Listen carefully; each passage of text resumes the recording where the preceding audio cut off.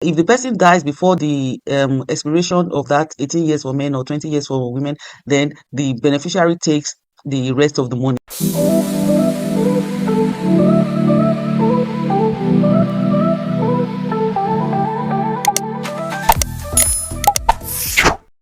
Everyone dreams of retiring rich. Everyone dreams of very comfortable life after retirement. Everyone dreams of traveling around the world, enjoying family, having freedom of time, having peace of mind. But here are the secrets to reach retirement. It depends on the decisions you make right now. The decisions you make right now are what will invariably affect your retirement. And in this video, I will walk you through some crucial keys in which will actually ultimately lead to rich retirement and comfortable retirement for you. When everybody hear of retirement, they'll be like, oh, how old am I? They'll be thinking of retirement and all that. Retirement has nothing to do with age. It's just a time in which you have set aside that, okay, I want to withdraw from active services. I want to withdraw. I want to have time to do things that I love to do. Either I want to go into maybe charity work. Either I want to, some things that I have not been able to have time to do because of my 9 to 5 job or because of the businesses that I've been running that are active. So my retirement will be like, okay, these are the things I really want to go into. I'll walk you through this video to just pinpoint some key factors in which you have to actually take care of now to affect your retirement, to give you a very comfortable and rich retirement, probably a very comfortable retirement. Hi, my name is Temi, and I'm a fire strategist, financial independence, retire early strategist. And my aim is just to make sure that people that I come in contact with, people that come in contact with me, are able to have financial independence, are able to achieve their financial goals, and are able to retire early and are able to retire comfortably. On this channel, we talk about personal finance, we talk about retirement planning, we talk about self-development, we talk about wealth creation and management, and we also talk about investing. If this resonates with what you want, what you like, and what you like to listen to, please kindly click the subscribe button and also click the notification bell so that anytime we release a video, you always receive it. We want to appreciate everyone that are always coming back to listen to our videos, and to everyone that have subscribed. Thank you so much. So let's go into the video of today. What are the key factors that could actually influence our rich retirement for us to be able to retire and live comfortably? So one thing you should have to keep in mind is that in retirement, cash flow is very important. Cash flow is very important. So whether it's cash flow from your investment or cash flow from your retirement income, cash flow from maybe your from any investment that you might have done, it's very important that you have access to cash flow. You're not going to be doing investment that are going to tie up your capital or tie up your money, and invariably you will not be able to live on anything, and you have to maybe be waiting till the income is released. So you need consistent cash flow in your retirement. So number one factor that we'll deal with is your expense, your yearly expenses. What are your yearly expenses? Like, you have to calculate your yearly expenses because if you want to go, when by the time you retire, for you to be able to keep up with your lifestyle, or for you to be able to step down a bit from the lifestyle that you have been living, to be able to accommodate for your retirement income, to accommodate your lifestyle, you first of all need to calculate what is my yearly income like. When we talk about the yearly income, we talk about maybe your housing, maybe you still have existing mortgage, or probably your rent if you don't have your home building. Then what are the expenses you spend on food, the expenses you spend on clothing? Then in retirement you want to have fun, you want to probably travel maybe once in a year or maybe twice a year. What are the expenses that are going to that? Probably you're still paying school fees of 1 or 2 children. What are the expenses that are going to that? So you calculate all your yearly expenses. It's very important that you have this yearly expenses to know how much exactly is my yearly expenses. And the way you do this is that when it comes to calculate your monthly expenses, the food, the groceries, the transportation, the one you use for energy, for your lifestyle, for your health insurance and all that. So you calculate everything and you multiply it by 12. So you are able to at least have an idea of what my yearly expenses is, so that you actually know what you are working towards. Because if you don't know where you are going, everywhere will look like it. If you have your yearly expenses, if you have the idea, you'll be able to know, okay, so how much, what kind of investment vehicle is actually going to take me to be able to generate these kind of expenses that will be able to cover up, generate income for me that will cover up these expenses every year. So the first thing is for you to know your yearly expenses. The second factor is for you to be able to tackle your debt portfolio. Maybe your credit card loans, your student loans, your mortgage loans, for any loan, whether it's a car loan or student loan, for you have to be able to tackle your debt portfolio. You have to be able to know, okay, what are the debts that I'm owing? Because debt is an enemy of wealth.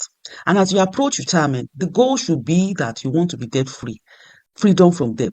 So you have to prioritize how you're going to pay off your debt. You can pay off the high interest debt first, maybe the credit card debts. For credit cards, they usually generate high interest, or your personal loans, or maybe your welfare loans. Because if you don't tackle your debt, it will any income that is coming to you for your retirement is going to be eating it up. Debt is an enemy of wealth. So if you don't tackle that, if you go into retirement with high debt, it's going to affect you a lot. In tackling your debt portfolio, you need to be able to reduce your recurrent expenditures. What are the recurrent expenditures? Like the fixed costs that are usually very high. And most times, it's usually probably an house payment, maybe a mortgage or something like that, or probably a very big loan from the bank loan that is big, that is just accruing interest every month. You should be able to tackle that because the first and foremost, try and have your own house. Try and have your own house before retirement. If you can, try and have your own house. And let me tell you, having a house for your retirement does not mean probably you might have a dream house like a castle house, like something very huge. But if you are not able to afford that, don't wait till the time you are able to afford a castle house because you might wait for eternity, considering maybe probably your income. So have somewhere comfortable that you can stay with your family, somewhere comfortable that you can stay with your family to be able to keep your head together, to be able to keep warm, to have a good life. It doesn't necessarily have to be a big house, because this having trying to get a dream house, I've actually kept a lot of people, and even up till now, they've not been able to get the dream house. They're still living in paid apartment, and and they are moving very close to retirement. So you should be able to tackle that. And also for mortgage payment, if you are going into a mortgage, maybe you're in less than maybe 20 years to your retirement, you should be able to know how you want to fast track this payment so that your retirement will not meet your mortgage, or your mortgage will not meet your retirement. It's very important because some people are actually stuck in their mortgage payment because they are not able to retire. They are not able to retire as at when they want to retire because they have huge mortgage payment. Okay, let me tell you. I have a guy presently.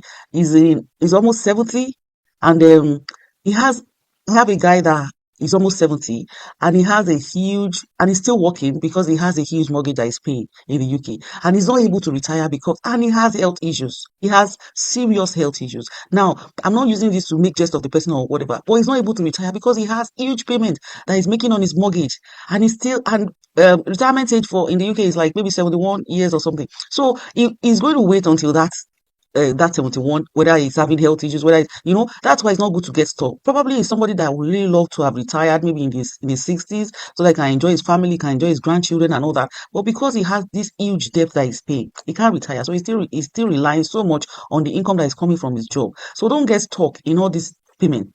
Have something. If you want to go into mortgage that late, then have an income generating asset that'll be able to cover up for this mortgage payment. That'll be able to cover up for any huge payment that you are making that is going to go with you into your retirement. Can have probably maybe other real estate, rental income coming from your real estate or your dividend stocks that are able to pay for all these expenses. We have people generating six figures from their dividend stocks and all that. So you can also work towards that so that you can have all your income generating asset that will be able to cover up for these expenses. Don't go into your retirement with huge debts. Recurring expenditures like mortgage or car payment or house payment and all that. In retirement, reduce your fixed costs as much as possible. What are the fixed costs? The fixed costs are the ones that we have discussed. Maybe your house rent, maybe your mortgage rent and all that. And as much as possible, if it's possible, have somewhere nice, somewhere that you can call a home. It doesn't have to be a castle house for you to be able to live in your retirement, that you won't have to pay anybody or any rent or whatever for anyone in your retirement. It's very important. Live towards having this kind of comfortable life. It might really mean relocating from a city to another city. It's your retirement anyway. So it might really mean changing location. Imagine maybe your circle or changing where you live or something like that, or changing your street. It might not, maybe you're living in Lagos now. It might not necessarily mean, okay, I'm going to leave Lagos and go to Ogun State or go to Ondo State or something. There might still be some places in Lagos that might not be as expensive as where you are staying. Probably you are going to move away from Lekki. If you are still paying a rent in Lekki and your retirement and you don't have any source of income that could actually help to support that payment, it's going to really be tough for you if you still want to stay in Lekki in your retirement and you don't have maybe a good retirement income that could support that. you're not trying to impress anyone because no one really cares. Sincerely speaking, everybody is just trying to, hustle for their life and keep their life together. So if you are trying to keep up with the Joneses, like, oh, I don't want to leave Lekki, my friends are in Lekki. Do you know what your friends are earning? Do you know what is supporting their income? Do you know whether they have inheritance income that is supporting their lives? And you want to compare yourself? You can't compare people. For the fact that maybe you work together or something does not mean that probably you are earning the same thing, or you are earning, your sources of income are the same. So don't compare yourself. Do things that will make you comfortable. Nobody wants to go into retirement with so much huge debt or huge expenses that they will not be worrying. No, you don't want to do that in your retirement. Another factor we are going to look at is, do you have a PFA, maybe pension fund administrator, maybe your contributing pension in which your employer has been contributing over the years, or you have been contributing over the years? Then the answer could be a yes, or the answer could be a no. If you have a pension fund administrator, if you have a pension fund, so how do you want to get the pension fund? Because there are like three ways in which you can get your pension fund. The first one is to collect maybe lump sum, maybe at retirement.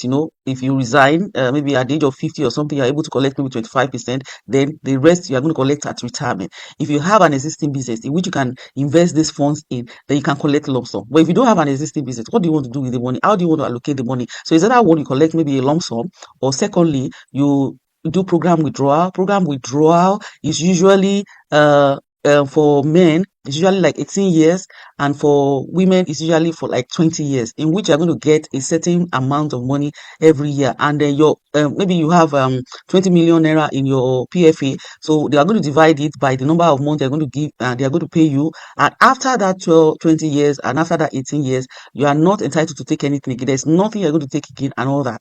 So that's for program withdrawal. Once the money finishes, it finishes. But if the person dies before the expiration of that 18 years for men or 20 years for women, then the beneficiary takes the rest of the money. That's for program withdrawal. Then if for annuity, in annuity is payment for life. Your money, your PFA is now transferable to an insurance company that will now pay you based on number of years. That annuity, just like the one you are seeing on the screen, is like for 10 million for a 55-year-old lady, and they're going to be paying her 118,000 every month till forever, like till forever. And for the first 10 years is probably guaranteed. But after that 10 years, what it means is that the person will still as long as the person is alive, the person gets the payment. But after that, if the person dies maybe at that 10 years, then the beneficiary will not collect anything, will not be able to collect anything, will not benefit from that. But if the person dies before the 10 years, the beneficiary will collect maybe the little sum remaining. But if the person lives up to 50 years and the person dies maybe after 15 years of collecting annuity, there's no beneficiary that will collect anything from that money. So you have to know, okay, which one is okay for you. Is it the program withdrawal? Do you want the program withdrawal? Because program withdrawal is actually most times always higher than annuity. But it now depends. Once you collect it for like 20 years, that's all for women. And once you collect for like 18 years, and that's all for men. So is it the program withdrawal you want? Is it the lump sum? You have to you have to be able to ascertain which one works for me, which one works for me best. It's not about, okay, what's the other person doing, all that. So which one works for me? Am I collecting lump sum? Do I have an existing business in which, okay, I want to put in some money into it so that it can get better and can yield more income for me and all that. So if you don't have a PFA now, annuity does not necessarily mean you have a PFA. Annuity, you can do it yourself. Like, okay, I want to pay a sum of 20 million naira for an insurance company for them to be able to pay me throughout life. I can have deferred annuity that, okay, once I clock 50 or once I clock 55, I want this insurance company to be paying me so to be paying me. Okay, I've put this 20 million naira with this insurance company, and once I click 55, start paying me. I'm on annuity. It can be instant, probably within 12 months if you want it, and it can be deferred annuity, saying, okay, I want it by the time I'm 60 years, and they'll start paying you another. They'll pay you for life for annuity. So it now depends. So it doesn't necessarily mean I must have a PFA. So now the onus is now for you to now work towards it. Okay, you can work it with your insurance company, saying, okay, if I put in 20 million naira into annuity program, how much am I going to be getting every month? And you have already calculated, since you have already known your yearly expenses, so you can now be able to calculate backward or forward to know, okay, how much am I going to put in my annuity that will be able to generate these expenses for me every month, or be able to generate these expenses for me every year. So you now be able to work towards it, having known, okay, how long do I have towards my how long do I have to retirement? Is it 20 years? Is it 30 years? Is it 15 years? Okay, so how much can I be paying for this deferred annuity that will now, by the time I am retiring, to be able to generate for me my yearly, it will be able to generate for me my yearly expenses. So retirement is actually something that you can actually work towards if you really want to. It's something that you can do yourself. It's something that not probably it's not everybody that works with the government, so it's not everybody that have access to PFA. And also you can also do your own personal retirement plan, whether with any PFA or anything. It's just that you are going to be the only one contributing towards it. No employer will be doing any employer contribution towards it and all that. So don't have a pension funds administrator. What are your backup plan? Aside, probably you want to use annuity. Do you have real estate? Do you have business income? Do you have investment? Do you have dividend stocks? Do you have maybe growth stocks that you have invested in over a long time that will use something for you? What have you invested that will be bringing in consistent cash flow for you? That's very important. Whatever you might have invested in over the years, by the time you are retiring, that thing is supposed to be bringing in consistent cash flow for you, because cash flow is very, very important in retirement so that you will not be stranded. It's very important. You can do it yourself. So you can check with your PFA, or you can do it yourself, check it with insurance company, and make sure that when you are doing these things, check their costs so that the cost will not be swallowing up whatever payment they are going to be paying for you. It's very important. Lastly, I would like to talk about having a proper health insurance for your retirement, for your old age. Your future self will thank you for it, because as you're growing older, some health challenges could be coming up because of the way probably you have used your body, or with the lifestyle you have, or with your lifestyle over the years, or with the way you have, your diet over the years and all that. So you can have some health issues here and there. Also, medical expenses will just crop up and all that. So have your health insured, whether you have an HMO or you have NHIS or something, and all these things. I think you pay a token amount towards it. And when all this issue of health comes up, it will not be an issue of people donating money for them to have you operated, or for you to take care of yourself or something like that. No, you don't want that in your retirement. So please, as much as possible, contribute towards your health insurance, towards your retirement, so that at least you have comprehensive health care in your retirement also. You can actually enroll with a reliable healthcare or a private HMO, or you can also start your own health emergency funds and all that towards your healthcare in your retirement. It's very important you have something set aside for your health. If you don't want to do it with insurance, you can do it personally by contributing something towards your healthcare. So, what you want a rich retirement. Start today if you want a rich retirement. It's not, what makes a lot of people, even in their old age, not necessarily old age, in their middle age, what makes people in their middle age to go into get rich quick scheme, or to, invest in businesses they don't have any idea of, but because somebody has told them, oh, this investment is good and all that, and they go into it and they lose their funds in all those things. It's because this panic has started setting in, reality has started setting in, that, oh, I'm in my 40s, in the next 10 years, in the next 20 years, I'm going to retire. I don't even have any savings. I don't have anything savings. I don't have any investment that could yield something for me, and they want to fast track it. They'll go into panic mode of investing, and they want to fast track it. It doesn't work like that. It doesn't work like that. For the fact that you have not started before your 40 does not mean you should not get it right. Just do it gradually. It's only that the person that started in their 20s and they are contributing probably £200 towards their retirement. By the time you are starting in your 40s, you probably will contribute £500. That's what it means. And if you are still thinking that £500 is too much for you to be contributing towards your retirement at that age, then there's a problem. And you don't have any other backup plan. You don't have any investment that will be using maybe cash flow for you. You're just depending on, and that's why the Bible says that my people perish because of lack of knowledge. There are so many things that are supposed to be put in place. But the fact that you have not gotten it till now does not mean you should not get it now. It's just that the fast tracking you are now doing genuinely is towards genuine investment and genuine savings, for your health insurance, for the cash flow investment and all that. So it's very important. So know your yearly expenses.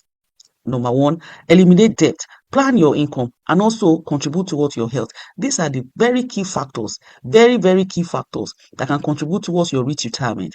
I hope you have enjoyed this video, and you have been able to pick one or two things from the video. I'll see you in the next video. Thanks for sticking around. Thank you so much.